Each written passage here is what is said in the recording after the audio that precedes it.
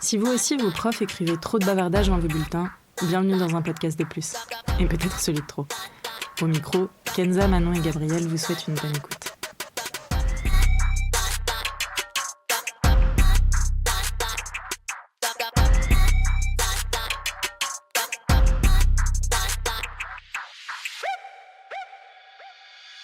Bonjour et bienvenue dans un nouvel épisode d'un podcast de plus. Aujourd'hui, on vous accueille autour du sujet des animaux domestiques. Les filles, je peux vous laisser la parole pour commencer. Moi, je suis très contente qu'on en parle aujourd'hui, puisque je suis une grande amie des animaux. Voilà, depuis petite.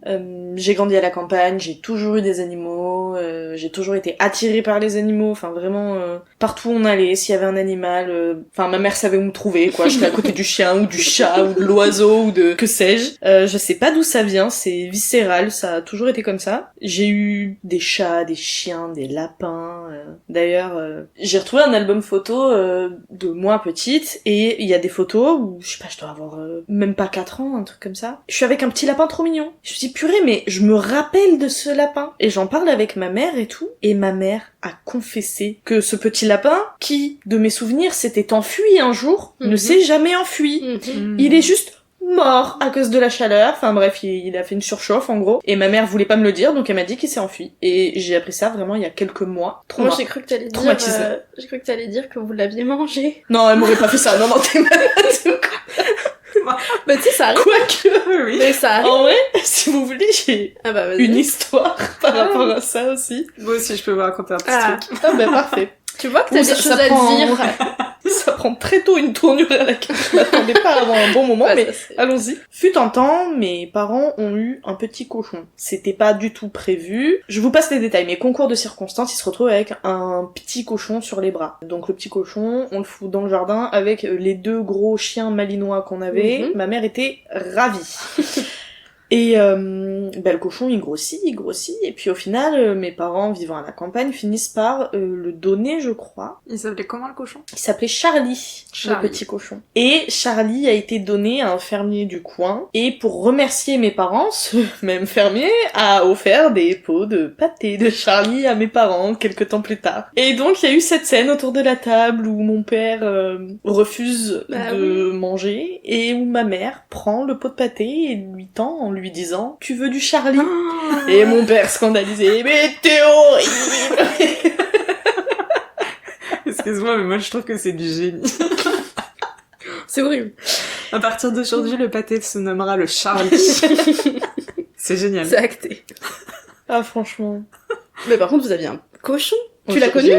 Oui, mais j'étais bébé, je pense. En tout cas, je me rappelle pas du tout. Je pense que j'étais toute petite. Aucun souvenir de Charlie. Tu l'as peut-être mangé. Peut-être que je l'ai mangé, mais pour le coup. J'ai une petite anecdote, moi, dans le même genre.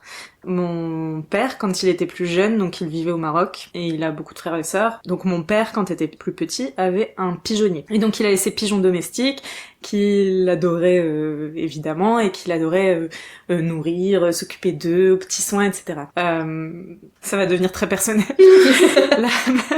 La mère de mon père est décédée quand il était très jeune, donc une des sœurs de mon père s'occupait de tout ce qui était cuisine, etc. Vient le jour où il se dispute avec la sœur qui faisait la cuisine, et vous le voyez arriver. Oui. Cette sœur fait à manger, etc. pour tout le monde, donc oui, ma tante. Et vient le repas, mon père mange, et après le repas, elle se tourne vers mon père, elle lui dit « Alors, ils étaient bons tes pigeons ?» Mon père n'en croit pas ses yeux, il est normal, c'est pas possible. Bouche bée, va voir son pigeonnier, plus un pigeon d'un pigeonnier. Ma tante avait cuisiné tous les pigeons de mon père. C'est horrible. Oh mais la haine. La haine pour faire ça. C'est horrible. Oh non. Et moi, ça, je l'ai appris. Donc, j'ai jamais eu d'animaux, en fait, de compagnie de toute mon enfance et encore, adolescente non plus. Jamais eu d'animaux de compagnie. Mais mon père était contre. Moi, j'apprends ça quand je suis au Maroc et que je discute avec cette tante. Et cette tante me dit, mais t'as jamais raconté une anecdote de ouf? Et elle est là, elle est morte de rire. Mon père, je le regarde, il reste de marbre. Il est là, il dit, c'est pas drôle et tout, machin. Et là, il se tourne vers moi et me dit, tu vois pourquoi t'as jamais eu d'animaux de compagnie? Tu t'attaches et un jour il meurt. Bah oui. Mais il meurt pas, genre. Juste genre. Il l'a mangé. Évidemment qu'il a été trop mal. Et ma tante était morte de rire. Moi, ça m'a fait beaucoup rire aussi. Enfin, ça me fait beaucoup de rire aussi encore aujourd'hui. Mais c'est vrai que pour mon père, ça a dû vraiment pas être drôle, quoi. Bah, traumatisant, même s'il les aimait, ces pigeons, c'est traumatisant. Oui. Enfin, avec le recul que t'en ris et tout, mais horrible. Mais du coup, j'ai compris pourquoi moi, j'avais jamais eu droit à avoir un animal de compagnie. On voit le trauma que ça a traîné, vous avez jamais eu d'animaux, quoi. Non, mon père voulait me préserver de tout ça, de la mort, etc., de s'attacher. Bah justement, ça me fait... Déjà, juste parenthèse, ça me fait beaucoup rire que depuis qu'on ait lancé l'épisode, on parle de bouffer ces animaux. C'était pas là où je pensais qu'on allait aller, mais on y allait, c'est pas grave. Mais oui, donc par rapport à la mort, par contre, comme toi Manon, j'ai toujours aimé les animaux et tout, et j'ai toujours voulu un chien, enfin bref, je faisais des crises et tout pour en avoir. Sauf que ma mère, elle pouvait pas s'occuper d'enfants en bas âge et un chien, etc. Donc on en avait un quand je suis née, mais elle l'a donné rapidement à un couple retraité, bref. Et depuis, on n'a pas pu avoir d'animaux. Oui. Pas d'animal, t'en as pas eu, donc non, tu en as pas plusieurs. Et mon frère et ma soeur, en plus de ça, sont allergiques, chien, chat, voilà. Donc c'était mort, voilà, c'est définitif. Mais, comme mes parents voyaient que je voulais quand même m'occuper de quelque chose, un être vivant, quoi, ils ont pris des poissons. Sauf que les poissons, tu crées pas une relation, quoi. Enfin, c'est ok, c'est cool 2 minutes, mais bon, il est là, quoi. Enfin, bref. Et donc après, on est passé à des hamsters. Les hamsters, c'est différent parce que du coup, oui, il y a cette petite relation qui se crée et tout. Ah, tu peux créer du lien, ouais. Et ce que, j'ai connu aussi, la mort de l'hamster. Et du coup, on était jeunes, mais du coup, c'est, du coup, parler du deuil, de machin, ce que tu ressens à ce moment-là et tout. Et c'est vrai qu'avec, les animaux, ça t'apprend aussi des choses de la vie qui vont t'arriver plus tard et tout. Et les hamsters, c'était mon premier même expérience. Deuil. Même expérience de deuil, première expérience de deuil aussi. J'ai eu un hamster que j'aimais trop. Alors encore une fois, ma mère était ravie. En gros, j'étais avec ma sœur et mon père et on regardait les hamsters avec ma sœur. Et mon père nous dit, nous demande ce qu'on fait. Et donc on lui dit, regarde, ils sont trop mignons et tout. Et il me dit, prenez-en un chacune. Ma mère, à l'autre bout du magasin, parce qu'on n'était pas du tout venus pour ça, qui fait un peu la gueule, mais ok, on prend les hamsters. Mais surtout, vous aviez déjà des chiens, vous. Ah oui, nous, c'était... Et l'arche de Noé chez Manon. Oui. Alors, vraiment. Alors bon, premier truc pas très cool, prendre un animal, déjà acheter un animal moyen, mais alors sur un coup de tête, pas ouf. Mais pour le coup, ça nous a vachement responsabilisés, c'est-à-dire que il fallait qu'on s'en occupe. Ma mère, du coup, c'était la condition, comme on voulait pas. C'était, tu nettoies la cage, tu le nourris, etc., etc. On s'en est super bien occupé. Ça nous a pas mal autonomisé du coup sur certaines choses. Moi, j'aimais trop mon hamster, vraiment. Bouille, ça s'appelait. D'accord. Est-ce que t'avais les petites boules et que tu le mettais dedans et qu'il se baladait dans la baraque et tout. Ouais. Ça, c'est trop chou. Même je le mettais sur mon épaule et il restait là. Enfin. Je le mettais dans ma manche. Et aussi, du coup, ça faisait des petits guilis et tout. Moi, il m'a troué tous mes pyjamas, toutes les manches pour faire des conduits d'aération. Et enfin bref, j'aimais trop cette petite bête. Je l'ai gardé 4 ans, je crois, et en fait, il a fait une infection après. Enfin bref, il est mort. Horrible. Petit Bouille parti trop tôt. C'était comment le tien, toi, Gab? Raya. Parce que ça veut dire rayure en espagnol, elle était toute blanche avec une rayure grise sur le milieu. Et c'est ma grand-mère qui a pensé à ce prénom-là. Trop mignon. Voilà. Mais Raya, en version française. Et du coup, donc le hamster meurt, et puis on se retrouve à l'enterrer, petite pierre au-dessus de là où on l'a enterré. Et pareil, il y a tout un petit rituel, du coup. Ma sœur, quand elle a perdu le sien, c'est trop mignon, elle a fabriqué une petite croix, et dessus, il s'appelait Winnie, le sien, elle avait écrit Winnie le courageux, et elle avait mis ça là où il était enterré.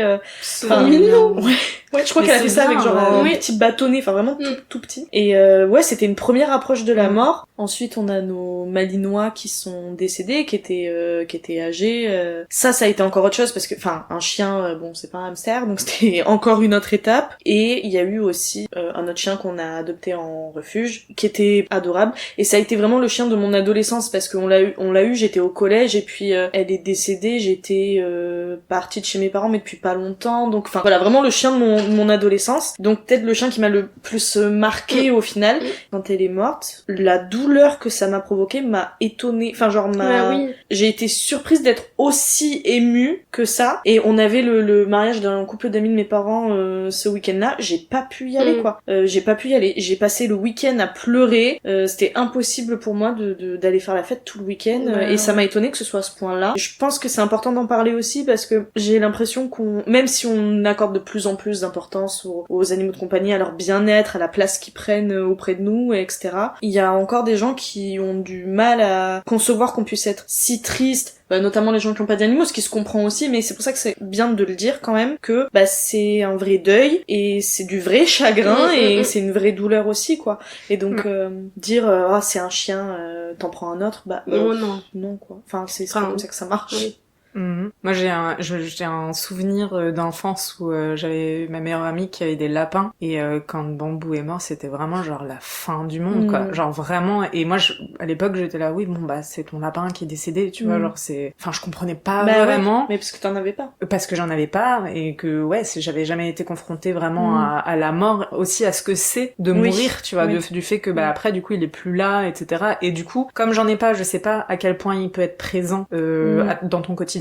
Et du coup, quand il est plus là, à quel point il peut te manquer.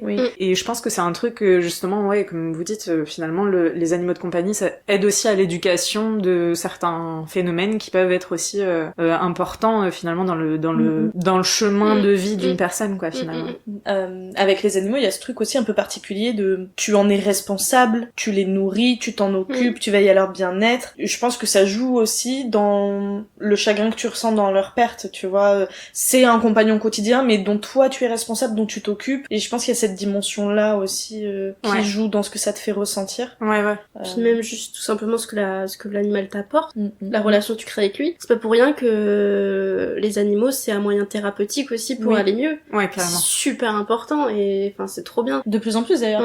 Tu prends l'équithérapie, donc la thérapie que tu fais avec les chevaux, avec des personnes en situation de handicap par exemple, ça aide beaucoup pour tout ce qui va être les troubles sociaux ou de communication. Ou prévenir des crises d'épilepsie ou des trucs comme ça où les chiens peuvent détecter.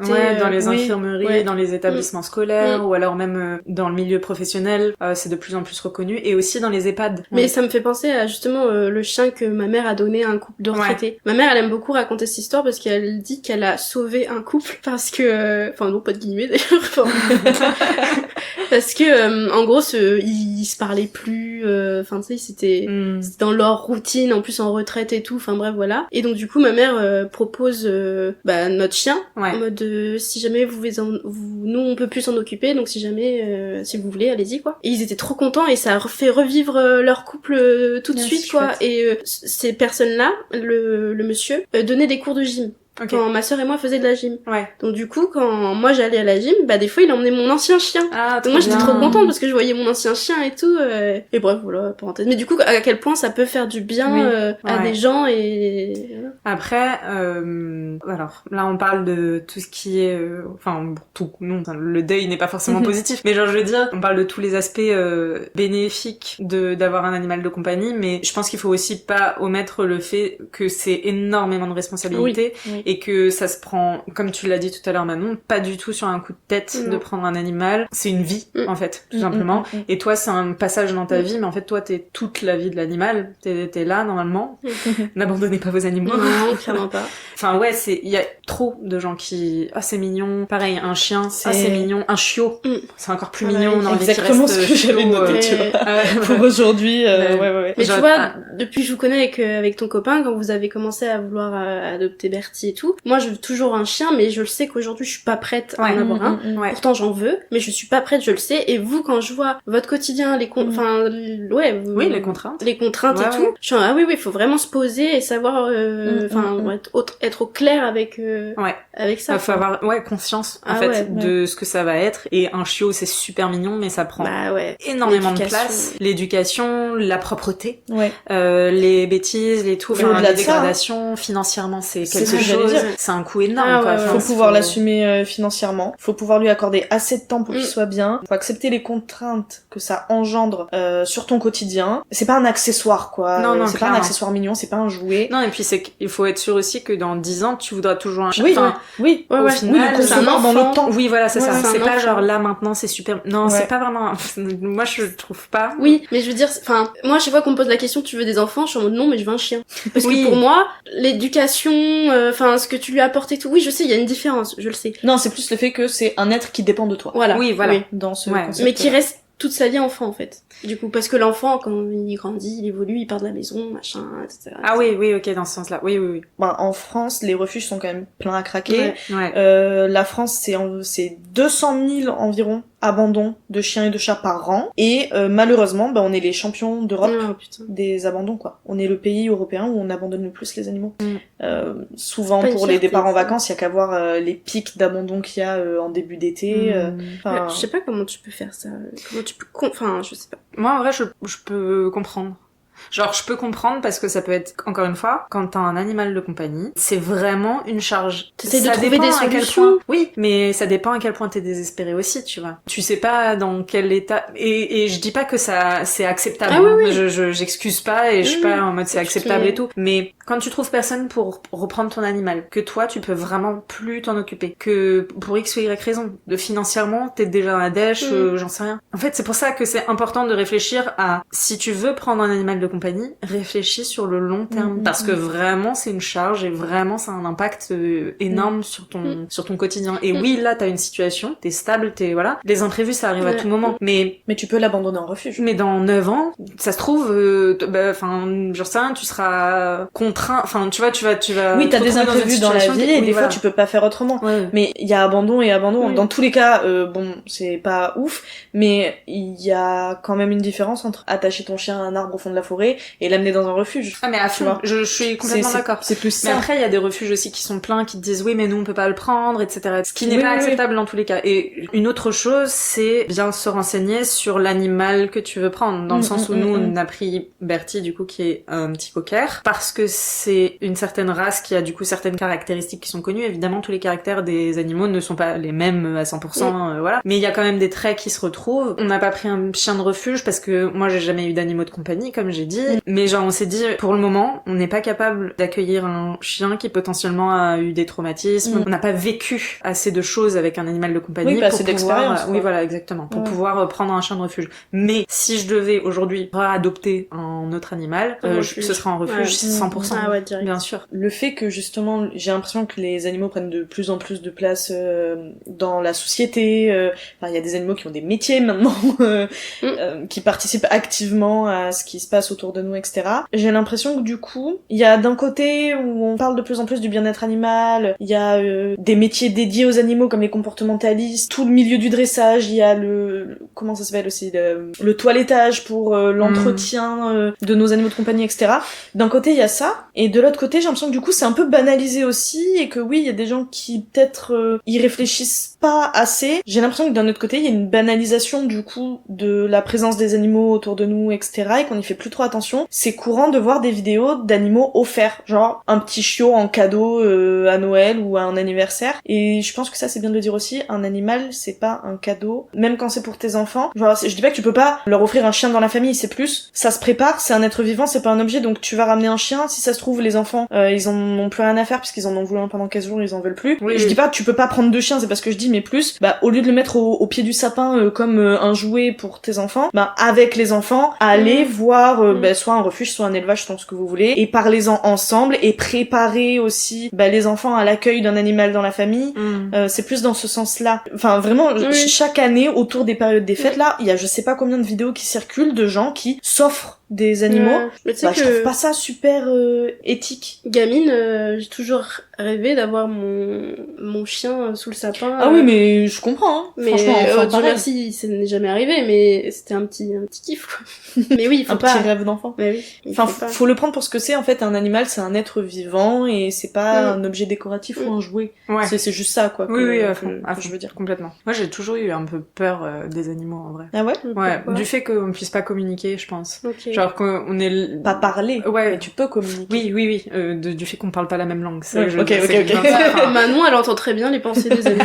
Hein, Oui, mais pour maintenant rien- c'est Blanche-Neige. C'est Blanche-Neige. donc, donc, Mais non, mais c'est vrai que, ça vient aussi d'expérience. C'est-à-dire, il y avait ma voisine d'en face, quand j'étais plus petite, qui avait un chat roux, et un jour j'ai voulu le caresser, il m'a griffé partout, et forcément, en plus allergique au chat, donc du coup tout avait gonflé, toutes mes plaies avaient gonflé, etc. Donc c'était atroce. Quand j'étais plus jeune, mes cousins avaient un malinois, qui servait de chien de garde, donc en plus super dressé, agressif, etc. Eux jouaient avec lui et tout dehors, et moi le chien a commencé à me courser, il m'a sauté dessus, ses pattes évidemment avec des longues griffes m'ont griffé, etc. Moi j'ai vécu ça comme une agression terrible. En plus c'est impressionnant comme clairement. Quand c'est pas les tiens et que t'en as pas, ça fait peur. Ouais, t'es haute comme toi pomme, t'as un énorme truc qui te fonce dessus en aboyant et tout. Tu vois ta courte vie défiler. Franchement ouais. Je comprends. J'avais pareil une autre amie qui avait un chien, un jour la mère de cette amie me dit viens, entre dans la cour, je t'ouvre dans 2 secondes, machin. Et moi j'étais dans la cour avec le chien qui me tourne autour, qui m'aboie dessus, et moi j'étais là je vais mourir quoi, j'avais trop peur de crever, alors que le chien juste m'aboyait dessus, il me voulait rien de mal, mais je l'ai vécu vraiment mal quoi, genre jusqu'au jour où du coup j'ai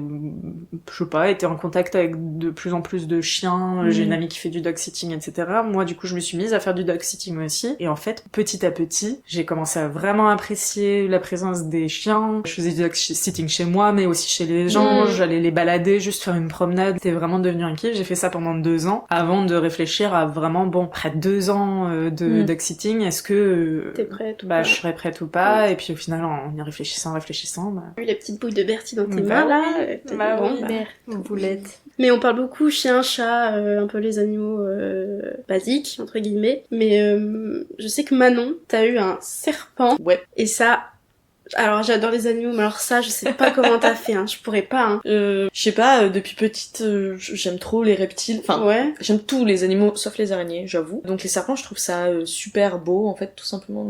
Mais comment tu t'es dit je vais en avoir un chez moi? C'était pas prévu. Vous voyez tout ce qu'on dit qu'il faut pas faire? Quand j'étais plus jeune, peut-être je l'ai fait.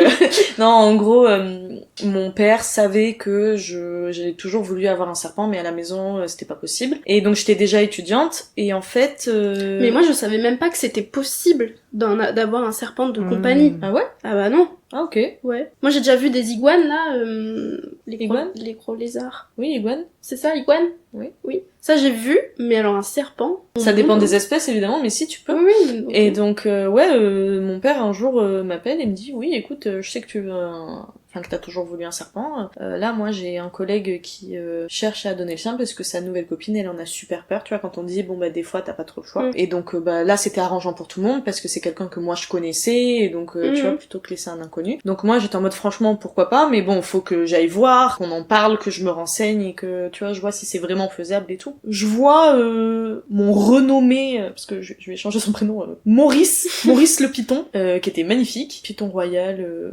Vraiment très beau petit bébé que j'ai fini par ramener à la maison. Sauf qu'en fait, c'est là où je dis c'est important de bien se renseigner. En gros, donc ce collègue de mon père m'explique, voilà, faut qu'il mange tant de souris par mois, mortes, machin. Finalement vivantes, parce qu'en fait, les souris congelées, il aimait pas. Enfin bref, je vous passe les détails, un peu caractériel, le Maurice. Et au final... Normal, en fait. C'est des prédateurs. C'est genre normal. C'est des réflexes, mais c'est juste que... Sauvage, en fait, qui n'a rien à faire dans une boîte. Certes. C'est juste qu'il y a certaines espèces de serpents qui peuvent manger des cadavres, tout simplement. Et donc, en gros, tu prends les souris congelées, tu les réchauffes un peu. Oui, mais c'est les donnes pour ça. Enfin, tu vois, genre. Oui, non, mais bien sûr. Et sauf qu'en fait, le python est une espèce qui kiffe pas spécialement le mort. Donc, on lui donnait des souris vivantes. Ce qui ne me posait pas de problème étant donné que, oui, c'est triste, mais mon serpent, il faut qu'il mange aussi, tu vois. Jusqu'au jour où je me suis rendu compte que purée, quand même, à chaque fois qu'on lui donne à manger, il a l'air d'avoir vraiment la dalle, alors qu'un serpent, c'est pas censé manger beaucoup. Donc, je prends des photos du serpent, je vais à l'animalerie à laquelle on allait chercher les souris, etc., qui pour le coup, alors les animaleries, c'est jamais très ouf, mais pour le coup, ça là, je l'ai trouvé plutôt ok, dans le sens où des trucs tout bêtes, des petits détails, mais où tu te dis qu'ils réfléchissent un minimum, enfin, moi, c'est ce que je me suis dit, aux animaux, à savoir, tu vois, il y avait plein de poissons, mais t'as des barrières et tu ne peux pas t'approcher des aquariums et taper sur les vitres et des choses comme ça, tu vois, toutes bêtes. Bon, ça reste pas ouf. Bref. Et donc, je leur ramène les photos et ils me disent, ah oui, mais là, enfin, vu son âge et vu sa taille et vu ce que vous me dites, je pense qu'il est en sous-nutrition et donc là, c'est peut-être temps de passer aux rats. Sauf que les rats, c'est trop gros et ça peut blesser le python si vous lui donnez vivant. donc il faut le tuer d'abord. Et je lui dis, donc là vous êtes en train de me dire qu'il faut que je prenne un objet pour assommer le rat, pour le donner... Je sais pas si je suis capable de faire ça, tu vois. Et au final, ce qui s'est passé, c'est que j'en ai parlé avec ma famille, avec mon copain, machin et tout le monde était un peu du même avis. Pour son bien-être et celui de tout le monde, le mieux c'est peut-être que tu le donnes à quelqu'un qui s'y connaisse, etc. Et donc j'ai cherché des gens et encore une fois, je suis pas du tout... Enfin, c'est un abandon, donc je suis absolument pas fière de moi. Je suis un peu dégoûtée parce que si j'avais su tout ça à la base, à savoir que en fait, il fallait le nourrir comme ça, il fallait... Je l'aurais jamais pris. C'est pour ça qu'il fallait se renseigner. Enfin, c'est pour ça que c'est super important de se renseigner avant sur vraiment tout. En fait, je pensais que tu vois les renseignements de son propriétaire. Mais c'est pour ça que c'est pas suffisant. Était acte de... Enfin, tu vois, ses paroles avaient acte de vérité. Tu vois, moi je suis en mode, ça fait des années qu'il l'a, il sait comment s'en occuper, etc. Et donc, d'où aussi cette histoire qui est importante à raconter parce que même avec les meilleures intentions du monde, non, le renseignement d'un particulier, ça reste les renseignements d'un particulier et qui peut se planter aussi, quoi. Et donc, par contre, ça a pris du temps parce que moi je voulais pas de curieux, je voulais vraiment quelqu'un qui s'y connaissait pour le coup, pour pas refaire les mêmes erreurs et que ce pauvre serpent il puisse être un peu tranquille, quoi. Et donc je suis mise en contact avec un mec qui a plusieurs espèces, enfin voilà, qui est un peu spécialiste dans les reptiles et notamment les serpents, qui en a beaucoup, des espèces assez particulières, etc. On a discuté longtemps et au final c'est lui qui a pris Petit Maurice et il m'a donné des nouvelles régulièrement et il avait l'air d'aller beaucoup mieux et donc j'ai fait un abandon et j'aime le prendre dans le sens de j'ai fait un sauvetage aussi quelque part parce qu'aujourd'hui il est bien, quoi. Pour moi, quand je parle d'abandon, c'est vraiment tu le laisses tout seul et tu cherches pas à savoir. Abandonner ton animal, c'est t'en débarrasser. Enfin, mais t'as fait les choses quand même. Tu l'as pas donné, t'as fait tes recherches. Tu l'as pas acheté par la fenêtre et tu t'en. Non, il y avait pas une volonté de ça me casse les couilles de débarrasser. Moi c'est ça. Non. C'était plus. Moi, je me sens pas capable de lui apporter ce dont il a besoin pour être bien. Je vais trouver quelqu'un qui le sera, qui sera plus apte, quoi, tout simplement. Mais ça reste pas la meilleure des solutions, quoi. Et puis bon, de toute façon, je sais pas si avoir un serpent c'est une très bonne chose en soi. Il y a les animaux domestiques qu'on connaît, les chats, les chiens, et puis après il y a les nacs, les nouveaux animaux de compagnie. Un truc tout con, mais par exemple les hamsters là, vous voyez tous, je pense, la taille à peu près des cages qu'on s'imagine, des cages à hamsters avec les tuyaux, les machins. C'est très très insuffisant. Ça a besoin de beaucoup plus d'espace que ça. Et en fait, on n'a pas encore, j'ai l'impression, assez de connaissances sur ces nouvelles espèces qu'on commence à apprivoiser, et donc au final, on les maltraite par ignorance. Et il y a vraiment quelque chose qui me déplaît dans le fait de domestiquer finalement des animaux sauvages. Oui. Je suis comme des serpents qui ont besoin de plus d'espace que leur terrarium, même si c'est un grand terrarium. En fait, s'il y a quelque chose de très dérangeant en fait là-dedans. De très personnel et d'envie très personnelle. Et tu vois, aujourd'hui, c'est quelque chose que je ferais plus du tout et que j'ai fait plus jeune. Mais oui, je suis d'accord. Mais après, les chats et les chiens, c'est encore différent parce qu'il y a beaucoup plus de siècles de passé, tu vois, de domestication, de vie ensemble, etc. Donc ça me fait pas le même effet. Je vois vraiment ça plus comme un partenariat. Enfin, tu sais, en tout cas avec mon chat, je le vois vraiment comme ça là actuellement. J'ai un petit chat qui est toute ma vie et vraiment mon amour, ce chat, où on est très fusionnels toutes les deux. Elle est constamment auprès de moi et j'ai l'impression aussi qu'il y a une compréhension, mais parce qu'on se connaît. En fait, tu vois, c'est vraiment l'impression de connaître un individu. C'est très particulier, mais tu vois, par exemple, je trouve que, en fait, au même titre qu'un chien a besoin de sortir, etc. Pour moi, un chat qui reste en appartement, je n'arrive pas à me dire qu'il peut être comblé. Tu vois, genre je me dis, même s'il a jamais connu l'extérieur, même si c'est un chat d'appartement qui a jamais rien connu d'autre, justement je trouve ça super triste. Genre une poule qui est née dans un truc à pondre des œufs, élevage de poules, dans un élevage, par exemple. Elle n'a jamais connu l'extérieur et pourtant ça me fait de la peine quand même parce que c'est censé être quand même... C'est l'instinct, c'est dans leur génétique et tout. Et un chat qui ne connaît jamais l'extérieur, ça me fait trop de peine aussi. Mais moi je sais que si j'ai eu un chat, on a eu un chat chez mes parents et tout, qui était un chat sauvage. Il passait sa vie dehors, mais il venait à la maison, il mangeait, il faisait des câlins et tout, mais il passait sa vie, on n'avait pas de litière à la maison, parce qu'il faisait ses besoins dehors. Et moi, j'ai toujours conceptualisé, si un jour je veux un chat, il pourra aller dehors, il fera sa vie dehors, et il est hors de question. Très difficile quand t'habites au 4e étage. Bien sûr, mais du coup, c'est pour ça que j'en ai pas. Oui. Parce que j'ai pas envie d'avoir un animal constamment dans l'appartement, ça me fait mal, quoi. Totalement. Mais je comprends. Après, en fait, c'est plus une histoire de taille d'espace pour les chats notamment, un certain nombre de mètres carrés enfin, tu sais, pour son bien-être. Oui, mais même... En fait, si tu lis les études faites sur les animaux en appartement, parce que pareil, c'est un truc qui me travaillait, un chat peut être totalement heureux en appartement si il a ce qu'il lui faut. Et ce qu'il lui faut, c'est pas à boire et à manger. Ce qu'il lui faut, c'est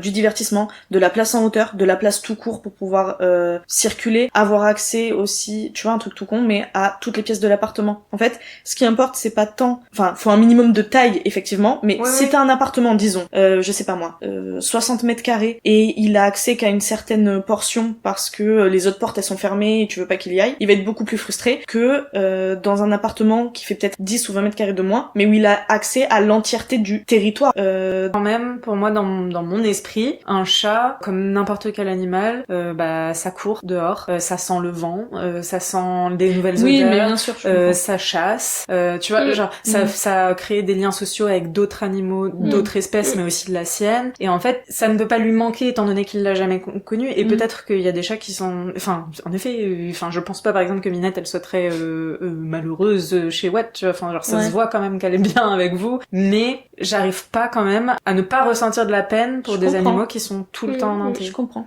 Moi, ce qui me faisait peur avec ça, tu vois, c'est quand je l'ai ramené chez mes parents, suite à la rupture machin et tout, j'ai passé 2 mois chez mes parents, je l'ai amené avec moi chez mes parents à la campagne, et je me suis dit, là c'est quitte ou double, soit je vais plus pouvoir l'en déloger, et dans ce cas-là, il restera chez mes parents, soit ça sera ok, et au final, je l'ai ramené plusieurs fois là-bas, à chaque fois qu'on y est, elle est contente, elle va un peu dans le jardin, elle fait sa vie machin et tout, mais par contre, quand on rentre, j'ai beaucoup fait attention, surtout les premières fois, tu vois, est-ce qu'il y avait des changements de comportement, des choses comme ça. En vrai, elle reprend ses petites habitudes, sa petite vie. J'avais très peur qu'elle redemande constamment à sortir, parce que j'ai une amie à qui c'est arrivé. Elle a gardé le chat de quelqu'un qu'elle connaît, mais elle était à la campagne. Et quand cette personne a repris son chat en ville, son chat passait son temps à la fenêtre et à la porte à miauler pour sortir. Ouais. Là où, moi, j'avoue, je suis contente de ce côté-là. Elle est pas en demande. C'est si on y est, elle profite. Et puis une fois à la maison, elle est pas à l'affût derrière la porte ou la fenêtre. Donc ça, déjà, ça m'apaise un peu aussi, tu vois, dans le fait qu'elle est bien dans son environnement. Tu veux pas faire ton procès, hein. Enfin, c'était pas...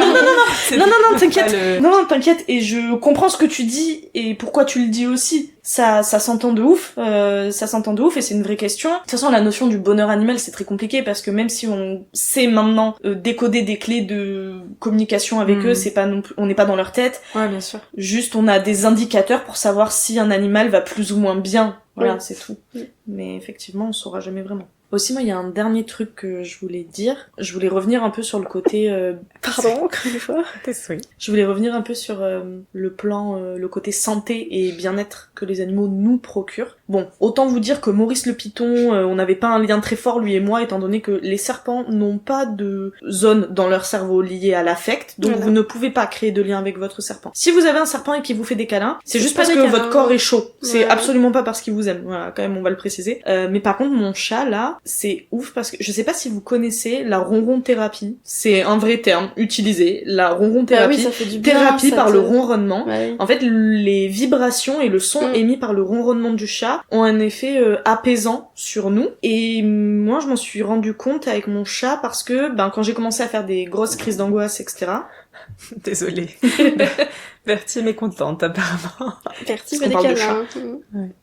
Mais oui, quand j'ai commencé à faire des grosses crises d'angoisse, etc., déjà mon chat l'a senti, c'est-à-dire que automatiquement, crise d'angoisse, hop, elle arrivait, elle venait, elle se collait, elle me faisait des câlins, etc. Et le fait de l'avoir sur moi, donc déjà son petit poids sur ma poitrine, donc qui crée un effet rassurant, un peu comme les couvertures lestées finalement, là, ce poids chaud sur moi, plus ses ronronnements, ça a un effet apaisant de ouf. Et en général, les crises durent moins longtemps et même parfois elle n'arrive pas, c'est-à-dire qu'elle commence à monter, Minette arrive, gros câlin, et ça passe tout seul, quoi, sans se déclencher. Donc il y a vraiment ça joue vraiment sur l'anxiété, quoi. Et je pense que c'est pour ça aussi, parce que j'ai eu beaucoup de chats, ce chat-là, enfin ça a développé un lien hyper fort entre nous deux. Bref, aimez vos animaux, voilà, c'est trop bien d'avoir des animaux. Et d'ailleurs, tu me fais penser au fait que il y a certaines races de chiens, notamment, qu'il faut arrêter. Oui. qu'il faut clairement arrêter. Trop de problèmes de peau, trop de problèmes pour la respiration. En fait, c'est des races qui malheureusement ont été transformées pour l'esthétisme. Par exemple, les chiens qui ont une couleur bleue. Alors, c'est pas vraiment du bleu comme on connaît, mais bleu, c'est un gris en fait, un peu comme cendré, anthracite un peu là. Ça, c'est pas une couleur naturelle. Aucun chien de cette couleur-là n'est naturel. Ah ouais. Et donc, ah oui, d'accord. Par exemple, les bulldogs ou quoi qui sont de cette couleur-là, ça c'est modifié et ça amène énormément de problèmes de peau par la suite. Et en fait, même si tu te dis ouais, mais je vais m'en occuper bien justement parce que en fait, le fait qu'il y ait de la demande, ça n'arrête pas. Ça n'arrête pas en fait la production finalement de ce genre de race. Et malheureusement, c'est les animaux qui trinquent et je pense que enfin bon, je sais pas, mais bon bref. Eh bien, ça fait déjà pas mal d'infos finalement sur un épisode que, pour être honnête, on pensait être assez court, ne l'est pas tant. Et je pense qu'il y a encore à dire. Moi, je repense à ce qu'on disait au début avec nos anecdotes de manger ses animaux de compagnie. Justement, je pense que ça pourrait être cool d'avoir peut-être un petit épisode sur l'éthique, les animaux de compagnie, les animaux d'élevage, comment. Non, mais c'est vrai, comment on se place là-dedans au final. Enfin, en tout cas, moi, c'est un sujet qui m'intéresse. L'éthique, genre éthique. Oui, pas non. Non. Oh, pardon. Je me sens bête. Non, mais ça pourrait être cool de faire un épisode autour de l'éthique dans le monde animal. Et le végétarisme, du coup, le véganisme, etc. Ça m'intéresse bien, mais bon, je pense qu'on va garder ça pour une prochaine fois. Dites-nous déjà si ça vous tente. Peut-être si ça vous intéresse. De toute façon, on le fera quand même, donc... Mais dites-nous quand même. Je rigole, bien sûr. Oui. Je pense qu'on peut s'arrêter là pour aujourd'hui. Donc toujours disponible sur les réseaux, active sur les réseaux. Insta, TikTok, notre adresse mail qui est toujours la même. Un podcast de plus, @gmail.com. YouTube aussi. YouTube avec des shorts. En effet. Des vidéos. Voilà. Donc, portez-vous bien. À la semaine prochaine. Et bisous.